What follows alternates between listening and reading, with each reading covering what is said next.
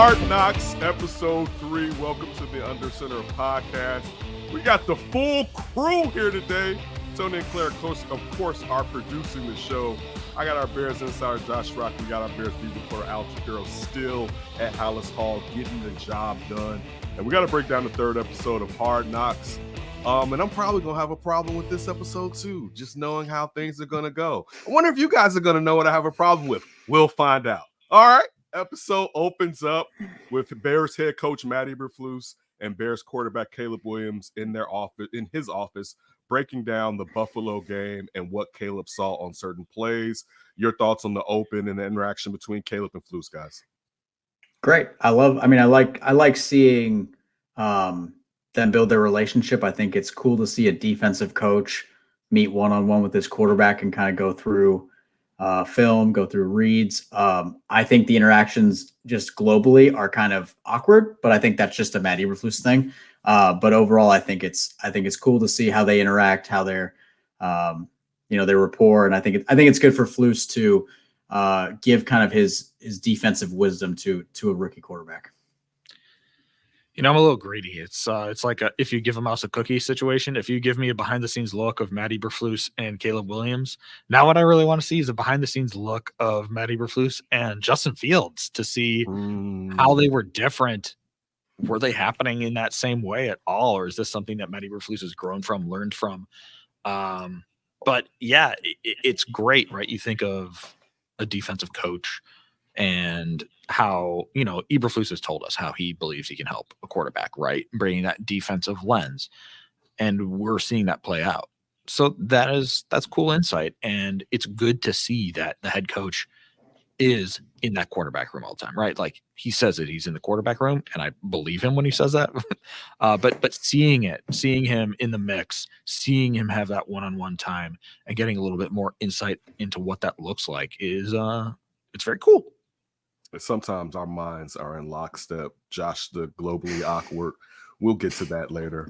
And when you just said that, that's the same thought that I had, Alex, as far as how that situation was with Justin. And is this, in fact, a learning on the job as a head coach now in his third season, knowing this is how I'm going to interact with my quarterback? And again, it's too early right now. And I know some people would make this like a him or him thing. I would like to know after the season, what's the difference and what were the pros and cons between both relationships and what he could have learned, even though I'm sure you wouldn't want to give that up because you wouldn't want to besmudge Justin, because it's probably going to be something like that, and there's no reason to throw him under the bus.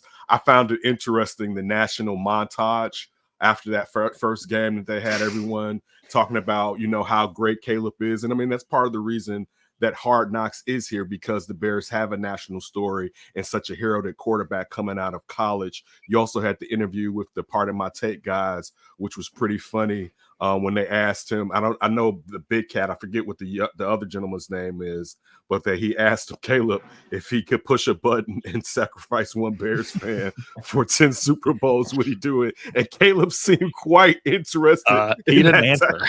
He did not answer that question, by the way.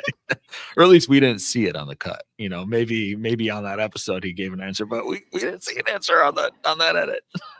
Definitely. Then you had the Merce. I see it. I mean, I'm sure the Caleb haters will love this because they want to talk about him painting his nails and stuff that I really don't care about. Then that's an expensive bags, the duffel, but also the Merce that he had. For anybody who doesn't know what a Merce, I mean a man purse.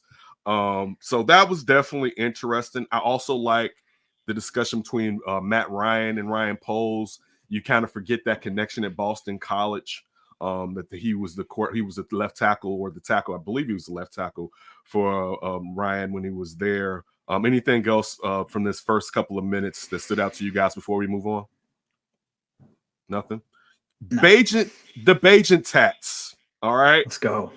The one with his mom's eyes, kind of different for me. Just a little bit. I just one of those things. Again, it's sweet. I love how he broke down the fact that his grandfather was a fighter pilot and how the last thing he said to him was in Welsh, and it was that I'm He was supposed to be in flying or whatever.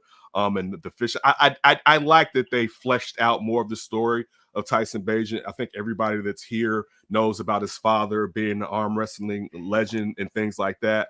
But I also, and this is a thing that I like, because we kind of talked about this our last episode when I was talking about Tyson Bagent playing himself up to end up on another team. I like the fact that he said, I have dreams and aspirations too, right? Like, I'm just not here. Like, yes, I'm definitely going to be solid in his QB room, but I too think that I can play on Sundays. And I love to hear that from a backup quarterback, a young backup quarterback that's got a lot to prove in this league himself. I'm sure, and this is the thing too, like when we talked about Justin last year, one of the things that I always was big on, I'm like this with most athletes in general, is getting that bag. Tyson Bagent talking about bands too when he's talking about spending AK. Talk about that later. But I always, my big thing with Justin was, man, I want Justin to see that real money, and I want Tyson to get a huge deal, especially if he has to pay for all of his family, 80 members of his family to come to games. I would like to see Tyson kind of get that bread too. Any thoughts on the Tyson Bagent interaction prior to the game, but also what he did in the second half coming in for Justin? I mean, I just really like that, as Caleb centric as the show is, that they do a good job of branching out in the quarterback room, and especially showing Tyson's story, because I think, we talked last time, I think it's a guy who's got, he's got NFL, he's an NFL quarterback. I don't think he's going to be the Bears backup, for many years. I think your dream of spinning him off for a draft pick will probably happen at some point, just because he's incredibly talented. And obviously, he talked to us today at the media room in House Hall, and wouldn't really divulge when asked what he envisioned his career becoming, because he said we would think he's crazy, because he's got big dreams and big goals, which you love to see. And I think, as we saw last year, sometimes quarterbacks, you get unlucky and you get dinged up, and he's a good guy to have in the room. So it's great that they tell that story, and it is, as Caleb centric as it is, it's really cool that we get the Tyson Bagent stuff, because I think that's a nice story. Yeah, and it is worth noting all 80 tickets were not for his family. He said that a portion of that was for two nonprofits that he works with. He did a fundraiser for them here. I wrote it down because I actually transcribed this bit of Tyson Bagent's presser: Animal Health Shelter and Core Reentry. So some of the tickets went to those nonprofits, which is awesome. That, this is a guy who, again, is not making the $25 million signing bonus. We all saw the reaction Tyson Bagent had to the signing bonus, and yet he is still giving back to the community. That's awesome.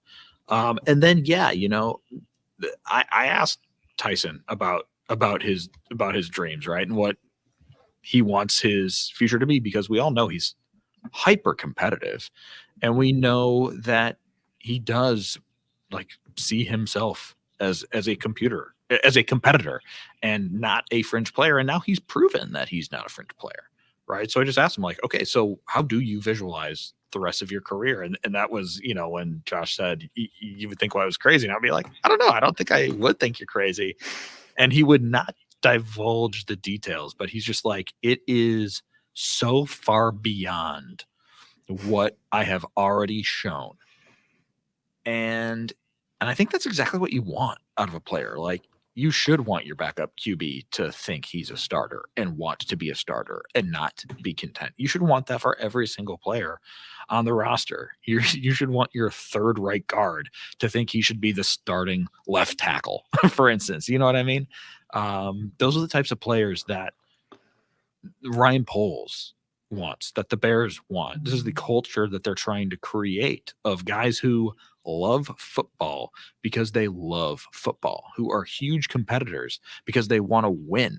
I'll take it back to last week's episode when DJ Moore takes a hit, and the first thing he says when he gets back up is, "Man, I love football." Like, those are the types of guys you want on your football team, not guys who are just really good and they play football because they're really fast or they have great hands and are doing it because they're extremely talented. You want guys who are extremely talented but are doing it because this is what they were born to do.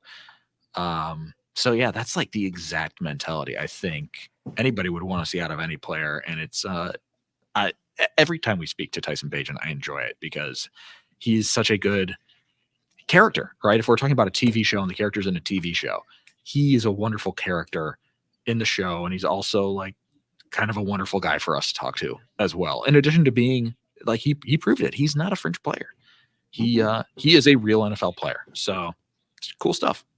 I mean, I feel like you still have to see it during the season when it matters, but he's one of those guys that in camp you were kind of like, I remember like the first time seeing like Matt Schwab play for the Falcons, and it was like, oh, they may have them a little something there. One thing that he did say during the show, that he's not just some chump in the QB room and I can play at a high level, to go along with what you're saying, Alex. That Brock Purdy paycheck, I'm sure Josh is what he's looking for. That's going to come to the 49ers quarterback soon, being a guy that was drafted later on in the draft. Was there anything else during today's interview session with Brock, but not with Brock, with Bagent that stood out to you guys? Anything else that we haven't mentioned so far? No, I think that was the big one, was him talking about his mindset. And yeah, he is not going to be complacent earning a spot. He's not going to be a guy who's like, oh, I made it. I was an undrafted free agent and nobody gave me a shot to make the roster, but I'm here. So I'm here. He's never going to be that guy who is just like, I am happy to have a job in the NFL. And Bears karaoke, we had Austin Reed this week. Did you guys know that song before Austin Reed was singing it this last episode? Sorry, what is this? I didn't know. I did not. I know. I've never known what that song is. Wow. Keisha Cole's Love. Thanks, guys. We really know now the truth. When did that song come out? Was I even alive? Yeah, you were alive. That song is at least came out probably like something, probably like 05, maybe 04. Yeah, I was definitely alive. Ugh. Right. Yeah, you were. It was, right. we enjoyed it. Hey, I enjoyed it on the show. I think he delivered a great performance. So he's sold out for listening to the song. Mm-hmm. Exactly. He gave it his all. He went into those upper registers. So hearing the song once, it's a nice song. Good song. Yeah, she was really big back in the day. Anyway, moving along. The Matthew Judon saga that never was. I did like the behind the scenes and seeing again how flexible but still rigid in his flexibility Ryan Poles is, as far as, and it made me think about Larry Ogunjobi and how coming in and was like, dang, what the hell are you doing, right? And you still saw he made the right decision, even though I was watching a Steelers preseason game and Ogunjobi was actually flashing a little bit in that game, but still the amount of money they were going to pay Larry Ogunjobi, and to find out that he hadn't healed up, and Ryan Poles stepping away from it, and at the beginning of his tenure here, and probably putting somewhat of a bad name out for himself, as far as not I'm just saying player wise, Alex, is like it may be looked at like, damn, now all the money is soaked up. You had me, you told me this. That's what I'm saying. That usually when you're first person doing something, there's a tendency that you don't want to burn any bridges. Not to say that he necessarily did, but now time has went on, it's not as bad. If things had went left, we still would have been like, what the hell is going on? But I did like to see how rigid he was with the parameters, and if we can't get the deal done, we're not trading for Matthew Judon. And the fact of how you see how he wants to structure the years so that when these other guys are coming up, i.e. Caleb, some of these guys before Caleb comes up, how there's going to be money there so they can keep this thing hopefully going if they're playing well. But thoughts on the Matthew Judon situation with the Bears, the behind the scenes look? I thought it was interesting how they had that rule for Matthew Judon, but not Keenan Allen, because as we know, Keenan Allen has not signed a contract extension. So honestly, it made me curious, like, what were the differences between Keenan Allen and Matthew Judon that Ryan Poles was comfortable bringing him in without having that extension in place? Is it because he's giving up a fourth rounder? Is it because he's giving up a fourth rounder instead of a third rounder? Is it because he's playing offense and you need a guy for Caleb Williams, as you coughed under your breath, which I'm sure is the real reason? But you can talk yourself into, hey, if we have two pass rushers on here and our defense is so good, it'll help Caleb Williams. But obviously you want that receiver who is getting open for the guy and directly helping him. So that is what was interesting. But then of course, the follow-up questions are, okay, if the Bears were interested in Matt Judon, and clearly they were interested in Matt Judon, who else are they interested in? Yeah, I don't believe it's probably Matthew Judon or bust. They probably have a list of guys. And now we know. I mean, we've like kind of speculated that the Bears would be interested in adding more pass rushers. But now we're like, oh yeah, they are actively shopping for pass rushers. So who else is on that list? I imagine they'll be active when cuts happen. But the Bears clearly are not done at pass rusher. Josh, you know what? We kind of talked about this. Mhm. A trade for Matthew Judon or picking up Yannick Ngakoue off the streets. Which way would you go with that? I mean, for this year, it's just in a vacuum. You're getting Ngakoue on what I imagine will be a 1-year, very cheap deal, incentive laden. I would take that. I think if this is next year and we've already got a year of, okay, Caleb's for sure, like this thing is going straight up. We're ready to actually rip the contention window open and go get this thing. I'd be more interested in Judon, but 32, biceps injury. He wants a new contract, which is not going to be cheap. And like, yeah, you can afford it, but eventually like that is going to cost you something. So I think that's a deal that Ryan Poles will not be kicking himself that didn't get done in the end. I think that's probably not the move this team needs. I think the good thing, what I liked about that entire sequence was you get a really good sense of why Ryan Poles, who no one bats 1,000, but why he's been so good in this job so early. Is the discipline, like if you take out the Chase Claypool thing, which is completely forgivable because he was literally just like, let's try to get Justin Fields anything to see if this is something. The discipline has been his best asset, and his kind of how he explained, like basically like, I don't want to trade for this player and give up leverage. Like I don't want to put the Bears in position where this player has us over a barrel and we have to pay him more than we think he's worth. I think that's a really great quality in a GM. And like I said, I don't think this is something where he's going to wake up in February and be like, man, if we'd only got Matt Judon, like things would have been super different. Like I think they'll be okay. Nice look behind the curtain though. Also, the balance between, because he did do that last year with Montez Sweat, but knowing that Montez Sweat could be that force multiplier that I don't know. For instance, there may have been other front office personnel that knew that, but I don't know when stepping away from the amount of talent that the Commanders had on that defensive line, you knew that he can be a star on his own. You know, it's like, I know we've talked about in the past, but it's like that singer going solo that was also in the group, you know, doing the background vocals, where it's like, oh, I really don't need y'all. And you didn't know that he could be that guy. But sticking with DN, we also saw the draft moves with Austin Booker, and the mention of, well, you did make the move for Booker in the 5th round because you would have 4 years of him. And you can at least be like, hold on, but he's young in this. But they did show the flashes that we had saw in that Buffalo game. But the thoughts of how they interjected Austin Booker and the confidence that he seems and saying that he's going to shake things up and let people know who he is in the future. Either one of you guys can go. Again, it's cool to see them working the phones and seeing that like they really wanted this guy. It wasn't just like an opportunity presented itself, so they moved on it. They reached a point where they're like, let's get back in here and let's get this guy. And they did. You know, they made it happen for themselves. And now that we have seen Austin Booker in practice, and he has been extremely impressive in practice, it's cool to see that again play out in that Hard Knocks edit where let's go get this dude. We feel great about him. We can get 4 years of him. We see all this upside. He's got the stuff you can't teach. And then watching it play out on the practice field, watching it play out in the preseason games. I've been to one training camp out of 32 training camps. So I'm not going to say that Austin Booker is going to be the steal of the draft, because I'm sure every team has a story like Austin Booker. But in terms of the post-draft narratives with this football team, we talked about Austin Booker a little bit, but really we were talking about Caleb Williams. We're talking about Roma Dunze. We're talking about Tory Taylor probably more than we were talking about Austin Booker. I mean, Austin Booker could develop into a huge piece for this team. And not just this year, you know, like this year, maybe he's a rotational guy, but if he fills out his frame like they believe, if he continues to work on his pass rush repertoire, which he already has a pretty impressive pass rush repertoire, like he has the makings of a guy. He has the makings of a guy.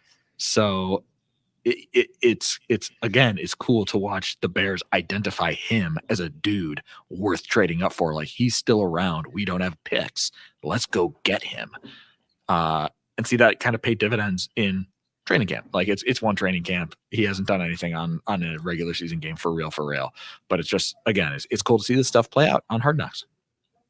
Yeah, it's a very, very convenient narrative device for Hard Knocks, right? To juxtapose the Matthew Judon miss, whiff, pass with like, hey, but they got this other guy. This other guy might be something special. And Austin Booker very well could turn out to be an all-pro edge rusher. I think he's looked pretty good. Montez Sweat said he was light years ahead of any rookie. I have no idea what that means. They need something more than Austin Booker, unless Austin Booker is all of a sudden going to be a game record. Though I do think, going back to the Judon thing, the interesting thing about that to me is the two teams that were in on Sweat at the deadline were the Bears and the Falcons, and the Bears outbid them. And now it's kind of reversed because the Falcons got all that money and we're like, okay, cool, we'll just trade for you. We'll work out the deal later. So just kind of interesting how the NFL world works. And remember all those people that were saying the Bears were so stupid when they could get him in the offseason? And it's like, dude, but it was plenty of people that was like, oh yeah, you could just wait to the offseason. Nah. Excuse me. If he had Atlanta, all right, it'd be like, you go to Atlanta. Going where he's from. Exactly. Right. Going home. Right. And it was like, no, we need to make sure we do this. And he ended up being a better player. Not folks who listen to the Under Center podcast, though, because the Under Center podcast listeners would know that players of Montez Sweat caliber rarely make it to the free agent market. As we discussed. Sticking with Montez Sweat, and I got something to get off my chest. All right. They had the segment where Flus, and this goes back to globally awkward, is going around and giving people nicknames so like bad. Someone asked for it, right? Like, oh, you're gonna say it ready? Yeah, because you were ready or something. Okay. Pause. Just 1 second. 1 second. The ready thing. Does he not know his own first name is Rhetoric? I was going there. I was like sitting here and I was like, wait, hold on. It's like says it on the screen, and I'm like, he's like, I don't know where it came from. I'm like, but it's your what? First name. Yeah, right. It's your first name. Right. I think he meant like, I don't know who came up with the nickname. Is how I read that. Oh, he asked him why you called Ready. Right. He asked him, why are you called Ready? And he was like, I don't know if I was red regardless, it was awkward because everything you just said was my brain, Josh. Like, it's on the damn screen. Right? What do you mean? That's like him coming to me like they call you Kenny, which they don't, but they call you Kenny and be like, yeah, I don't know where they came up with it. Even though or it'd be like Kenneth Davis and like, hey, why'd they call you Ken? Right. Like, I don't know. Katie, I don't understand. All right, so I've been, and Josh, you haven't been here with us for this. I've been a hater on the editing, or not the editors from HBO, on the team necessarily controlling things, right? So, and I've said in the past that football brings with it a little bit of swearing. Now, you don't have to be a sailor, and I'm not trying to diss any sailors. I'm just using an old stereotype. You don't have to be a sailor on here, but you can show the emotion from a good curse word or two. So they've edited out the swearing, but Montez Sweat is using the N-word on the show. And I had to rewind it 3 times to see, yes, when he talked about his nickname, I rewound it. I was like, wait. I was typing. I was like, they let that go. So that to me, that angers me. All right. If we're going one way and we're going to be sensitive to words, I don't care if it's prevalent in the community. Nah, I don't care for it. And I wasn't here for it. I wanted to get that off of my chest. All right. That was one of the things. And if you guys didn't see it, maybe that's saying something about the world, or you guys just aren't paying any damn attention. Oh, that says a ton about my ADHD, because I was doing like 4 different things while that thing was on. I'm completely disinterested. So that sounds like an editing group that has been asked with editing out all of the swear words from a week of football practice and is probably doing it at midnight and is just like, and just drop the ball. So, but no, I'm with you. But I do have a question about the nicknames. Who the hell's Young Jedi? Good question. Going through all the nicknames, I was like, yeah, I know that one, And he's like, yeah, Young Jedi. And I was like, nope, don't know. Who Don't know who that another is. one I didn't know. Who would that Governor? be? Who would... No, Governor is T.J. Roshan. Edwards. Oh, Roshan. You're right. T.J. Edwards is Hitman. Yes, Hitman. Right. Oh my, Shoot. This is bad business. Young Jedi. Young Jedi. What's his nickname? Notorious PIG never made it on here for us. They needed Hard Knocks during the Notorious PIG days. No Good one old needed days. Lachavius. Shout out Lachavius. No in one my needed spots. that. Not one person needed that. What's Caleb's nickname? Probably 1-8. Okay. Maybe I he's want Young the- Jedi. That's why Maybe I was he's wondering. young. Maybe he's Young that's Jedi. Is he Young Jedi? Like, and Yes. I wonder now, Young Jedi as far as who is he supposed to be? Luke? What are you saying? I don't think it's Caleb because I could see blue and I would have seen an orange jersey if it was Caleb when he was talking. So probably What not. was Daisy Ridley's character's name in The Force Awakens? Ray? Ray. There's no Ray on the team. There's no Luke on the team. I don't think There's it's gonna. no Ben for a Ben Buddy. Kenobi. Buddy, I don't think it's that. I don't think it's that literal. I think Flus is We're just thinking throwing about stuff somebody at the walls. using force tricks. I mean, yeah, he calls Jaquan Manco Shark. I don't think we. Fastest shark in the ocean, Ken. Man, he needs to chill out. Flus needs to stop. Let I'll it give him a go. break. I think it's kind of endearing. We know that Kyler I do Gordon not. loves it. We know I that do Kyler not. Gordon loves his nickname because what does he do after every time he That's makes a play? because he's been doing that, the Spider-Man thing, since forever. So of course he's gonna like it if you call him Spidey. Like, okay, Was he doing the Spidey stuff before? he's been Flus doing called him that since we Spidey? drafted him. Basically, he's been doing that type of stuff, like flipping crazy. Like that fits him like a T. So I get that, but just relax, my guy. You don't have to try to ingratiate yourself in that manner. I got to work for you. I'm not trying to. I'm keeping it a buck. No, This is how not I you. feel. I'm talking about Flus. Flus. Right, Yeah, not whatever. you. I'm I talking mean, about Here's Here's what Vibes incredible. Just guy feeling himself who just kind of forgot that 9 months ago he was almost fired. He just completely. I mean, I'm just radiating confidence. I was like, man, we must have forgot something. Must have forgot how something. said it the other day. Tremaine Edmonds says, "Do you know what makes the culture so uncommon with the Chicago Bears this year? It's just a bunch of guys being themselves. It's just a bunch of guys being genuine, not putting up fronts to try and impress anybody. It's just a bunch of dudes being themselves, and that's how you actually impress people. Just dudes being dudes. Just dudes being dudes. And Eberflus is just a guy being a guy, handing out his bros nicknames. He's just a dude being a guy. And they're all bad. The Predator for Tremaine Edmonds? Come on. That's terrible. great. Terrible. It's phenomenal. No, because it depends on no, think about that. Is it because he looks like him? Right? Because he has a lot. He does have the Predator hair. He does have the Predator hair. And he's long. And he's long and he's dressed. Long and yeah, dressed. and he's a hunter out there. Predator isn't an attractive person. I don't think necessarily. Athletically, perhaps. Anyway, moving along. We already did the RP crash, so I don't think we did a crash episode before this took place. I don't think we have to talk about the ferret any longer and the sketchiness of the situation. Tory Taylor, a lot of feature on Bears punter Tory Taylor, talking about him landing it right there and just him driving into the city. Listen, if he's successful, man, he's really gonna get it in the NFL, to say the least. He's definitely easy on the eyes, but definitely your thoughts on Tory Taylor and how they feature Tory Taylor in this episode. I thought the cool thing, the only thing I took away was how Tory is talked about in the QB room and how they're like, man, this guy is going to be like just this is our advantage. Like, this is a legit weapon, even if like things stall out. Like, I mean, he's hitting it 70 yards. I mean, I know Ryan Poles called him Scotty Scheffler. Yeah. I hope that's better than any Flus nickname. Maybe they should have Poles do the nicknames. That makes way more sense. I don't know. I shudder to think of what Matt Eberflus would call Tory Taylor whenever he gets a chance. Not crocodile punter, as we learned. But no, I just thought that hearing Shane Waldron and Caleb and Tyson be like, man, that is incredible. That tells you like that's why they used the 4th round pick on him, right? The different types of punts, the different angles, the ability to just we look, and Buffalo was interesting because I think in practice in training camp, like Corliss Waitman can boom it. He's got a pretty good leg, and you're like, oh, that's kind of interesting. Like he's and then you watch Tory Taylor kick in the wind and it's like, oh no, it's different like that. So that's I thought that was cool, just the appreciation the quarterbacks have for a guy who's probably going to have to bail them out from some jams when this thing gets rickety.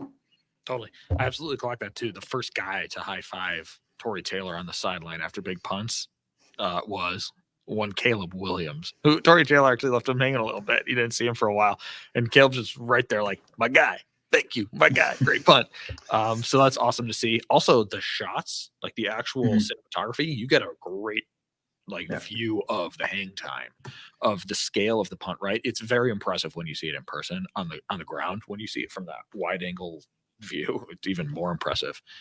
Also, we got to give a little redemption shout out to our guy Patrick Finley, Chicago Sun-Times, who said, what do you think about crocodile punter? And so bad. Taylor was just like extremely not into it. Was talking on the sidelines with Pat earlier today, and I think he came up with a much better option. Scotty Scheffler's really great. Scheffler, along those lines, tailor-made because he's got every club in the bag. Ooh, that's good. That's a good one. That's way better than crocodile punter. Take two from Patrick Finley. I was really glad that Tory bagged our guy Pat on that one. That's horrible. Crocodile punter. That can't be. We can't have that. We can't have that. One thing, and I really want to ask you guys this. We've kind of talked about the lack of what seems to be perhaps at times a lack of chemistry between Keenan Allen and Caleb Williams. Was the joint practice against the Bengals the best connection you had seen between those two players? Because, again, now they edited it, but it seemed like they were really connecting against the Bengals defense. I don't think so. I think Monday, as recently as this week, they went crazy. Keenan Allen was on the receiving end of 3 touchdowns from Caleb Williams when he didn't have a lot going on with anybody else. So I don't know where this narrative came from that he doesn't have the chemistry with Keenan Allen. And it's been bumpy, but it's been bumpy with everybody, not just him. It's been bumpy with Rome Odunze at times. I guess it's been pretty solid with DJ Moore pretty consistently, but it's not like it's uniquely bumpy with Keenan Allen, because then there are times where it's like, again, I have no idea where this came from, but Keenan Allen is routinely getting open against everybody not named Jalen Johnson, and Jalen Johnson is just locking everybody down pretty much. And he's catching a lot of balls from Caleb. And yeah, on Monday, again, 3 touchdowns from Caleb Williams when pretty much nothing else worked. Keenan Allen was his one outlet that was consistently awesome. How have 11 and 11s been now over the last couple of weeks, guys, as far as consistency and moving the ball? Has it been better than it was 2 weeks prior? Yeah, I mean, a little bit. I mean, it's still pretty rickety, but I'm beginning to at least somewhat buy in more to the idea that that's Bears defense fueled and not just a bad offense. I think from the Keenan standpoint, I mean the narrative that he's slow is just completely false. I mean, I think he's still the best probably the best technician in the NFL. I think what he is a 32-year-old guy who goes through training camp a little differently and is just kind of doing his own thing. He's just kind of chilling. I think the chemistry with him is probably a little further behind DJ and Rome, but it's been fine. Like, I think the Bengals practice they showed, that was great. As Alex mentioned, Monday in Shells, it was basically the Caleb to Keenan show. He did not put on 20 pounds. He is not fat. He's not slow. He's Keenan Allen. He's still very good. Tyreek Stevenson, at a loss for words yesterday when we asked about him, he just went, and said the only receiver who's ever made him feel that way is Keenan Allen, because it's so tough to figure out how to defend him. So things are going to be just fine with Keenan Allen. I should say, when I was talking about, I don't know where the narrative came from. I was talking about the narrative that he's fat and slow. It's like, what on earth? You're all right. So I didn't get when you were saying that, but like I've been seeing that on social media, and I'm like, what the hell is going on? When I've seen it, like people are going to hate just that for hate's sake for some odd reason. Anyway, moving along. I found it funny. And we're talking about, just the what took place with Austin Booker and not going through with the Judon trade and how they slipped that in there. Speaking of slipping in there, of course, the rendering of what the Bears would hope would be a new stadium along the lakefront. Nope. I'm out of this one. I can't. I couldn't do it. I couldn't do it with the straight face. I could not watch it with the straight face. That was the most absurd 90 seconds of television I've ever seen. They just straight cut to this video the Bears made, and then these people are sitting there and they're like, "Man, look, we don't know where the hell the stadium is going to be, but do you guys want fixed seating or stools?" And they're like, "Well, you know what? I talked to Little Dirk, and what Little Dirk's like, no, that's a good point." And then Ted Cruz was like, the thing is, we're going to be really good, and people are going to be standing, so we should think about that with the seats. Let's get to where the stadium's going to be before we get to the seats. Oh, that was a Kevin Warren special. That goes in the self-pandering Hall of Fame. That is freaking incredible. I about fell out of my chair. I was like, they're actually doing this. That is incredible. I thought about you so hard when that came I could not believe it. I could not believe when they were talking about the chairs. I was like, this is insane. This is insane. It's like, man, listen, the chairs, if you got the stools, it's not looking classy if you got the permanent seat, and that takes it to a whole nother level. Yeah, good vibe spin. Good vibe spin. No, if they're spending that much time thinking about what kind of chairs, think about the level of detail and attention they're spending to everything else. If they're talking about the chairs in this detail, they must be spending a lot of detail on everything else, right, Josh? No, when we're in Gary, Indiana, the panache is going to be out of this world. Like, what the f are you talking about, man? You don't know where the stadium's going to be. Honestly, like, what they should have done is they should have showed him at the game and seen the grass, and then he should have had a shovel and gone to Arlington Heights and stuck it in the ground and been like, all right, now we can talk about the chairs. Oh God. Okay. Because this is getting to, I think that's a great note. Anything else that you guys really want to get into about this episode before we move on and wait for episode 4? Alex, you look like you want to say something else. Is something else that stood out to you this episode? Are we going to talk about football, or are we leaving it here? Hard Knocks. One football note. A singular football note. Go ahead. Jaquan Brisker back at practice on Wednesday, participating in team drills. Similar to Kyler Gordon, it did not look like he missed any time. And admittedly, it was extremely light practice today. I mean, they hardly did anything. There were legitimate halves of periods that they spent standing around because this practice wasn't really on the schedule as of last week. This was added on before tomorrow's game. So they were for sure taking it easy. They have over 2 weeks before week 1, and these guys aren't playing tomorrow. That said, in the limited practice that they did show, I saw Jaquan Brisker flashing in the run game, running through guys to make stops in the run game. I put stops in air quotes for people who aren't watching on YouTube because run game is silly when they're not wearing pads. And then another one where he showed great range on a deep ball to Roma Dunze, where it was like, okay, Jaquan is there to make the play, but will he actually get over there to make the play? And he absolutely did. He closed the gap, knocked it away, no problem. So Jaquan Brisker is just like Kyler Gordon. It looked like he didn't miss any time. He just went back in. He was Kyler Gordon. Kind of looked like that with Jaquan Brisker today, in my opinion. One Hard Knocks note. I thought it was cool. Not cool. It was interesting to see the issues with the helmet, the headset during the game, because there's been such a focus on operation, hearing the play call, digesting it, recall, yada, yada, yada. Interesting just to see Caleb kind of deal with that, try to navigate it, and then how they kind of talked about it on the sideline. I'm sure the Bears are incredibly happy that happened against the Bengals in August and not in a few weeks here. But good to have that learning moment for Caleb. And then as far as football, look, man, they're tired of camp. Yeah, we had 2 scuffles on Tuesday. These guys are done. They're no longer interested in hitting each other. I think, Alex said this wasn't a planned practice. And I think initially when they added it, it was supposed to be padded. And I think after yesterday, when we had back-to-back kerfluffles, scuffle fracases with helmets coming off, they were like, all right, we'll just do a light walkthrough and give some guys a break. Okay. Let's pause before we leave here. Yesterday. Yeah. Tuesday. Who's scuffling? Who's all right. scuffling? So first one, 11 on 11, handoff to Ian Wheeler and Jervon Dexter, put him in the turf. And Tevin Jenkins and Braxton Jones did not like that. And I think the thing about Jervon and Tevin is that these are two people who have probably never been stepped to by anyone else in their lives. And they were both like, yeah, no, for sure. And they just kept going at it. And you had Richard Hightower and they'll be like, guys, let's go back. And it was just like, no, back and forth for like a couple of minutes. They reset everything. Very next play, hand off to Velus Jones, hit by TJ Edwards, and then wiped out by Tremaine Edmonds. And then it was all bets were off. It was Cole Kmet was in there. And then there was a big pile. Tevin jumped on the pile. Jalen jumped on the pile. There were helmets off. DeMarcus Walker was dropping every sort of F-bomb you'd ever heard. That definitely won't make Hard Knocks.